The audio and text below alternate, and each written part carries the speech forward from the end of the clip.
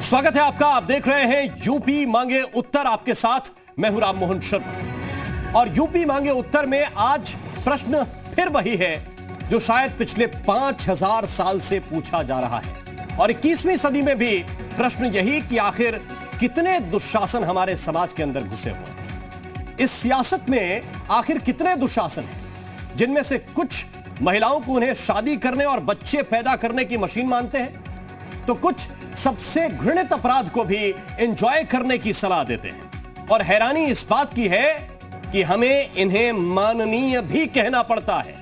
बात सिर्फ दुशासनों तक सीमित हो तब भी उनकी छाती का लहू बहाने के लिए भीम उठकर खड़े हो जाएं या उनका चीर बढ़ाने के लिए कृष्ण आ जाएं।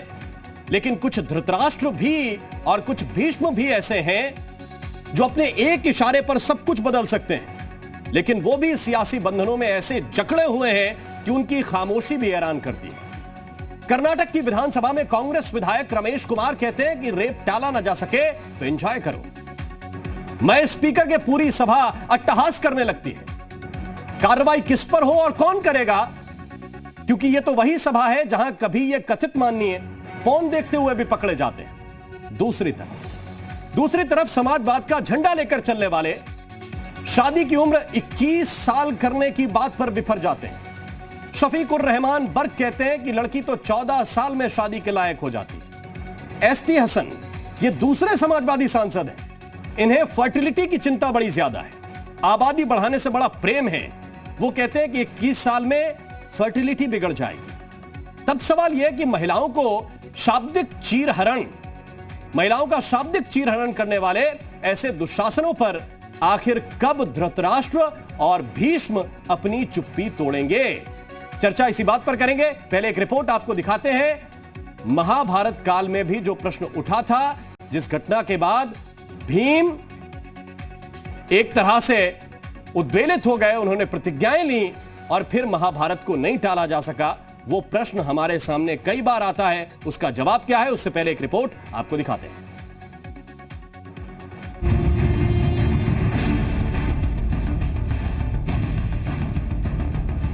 आवारा तो आदमी किसी वक्त भी हो सकता है। आवारा से क्या मतलब है इसका? बच्चे जब नेट देखते हैं, गंदी तस्वीरें, गंदी फिल्में देखते हैं, तो उनका भी हार्मोनल लेवल बहुत बढ़ जाता है।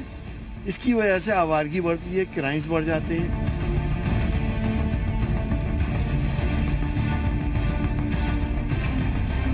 केंद्र सरकार ने लड़कियों की शादी की उम्र सीमा 18 से बढ़ाकर 21 साल की, तो सियासत में बखेड़ा खड़ा हो गया। कुछ विपक्षी दलों को केंद्र सरकार का प्रस्ताव रास नहीं आ रहा है। लड़कियों की शादी की उम्र सीमा बढ़ाने वाले केंद्र सरकार के प्रस्ताव पर बोलते हुए सपा सांसद शफीक उर रहमान वर्क विवादित टिप्पणी कर बैठे। वर्क साहब का कहना है कि इससे लड़कियों को आवारगी का मौका मिलेगा। हालांकि विवादित बोल पर जब विवाद बढ़ा तो वर्क साहब अपने बयान से पलट गए। मैं तो ये कहना चाहता हूँ कि इसमें तरमीम करने की जरूरत क्या थी। 18 साल की उम्र रखी है उन्होंने, पहले से है, अब इन्होंने 21 साल कर दी। तो बहरहाल गरीब देश है, इस जगह हर आदमी ये चाहता है हमारी बच्ची जल्दी निकल जाए।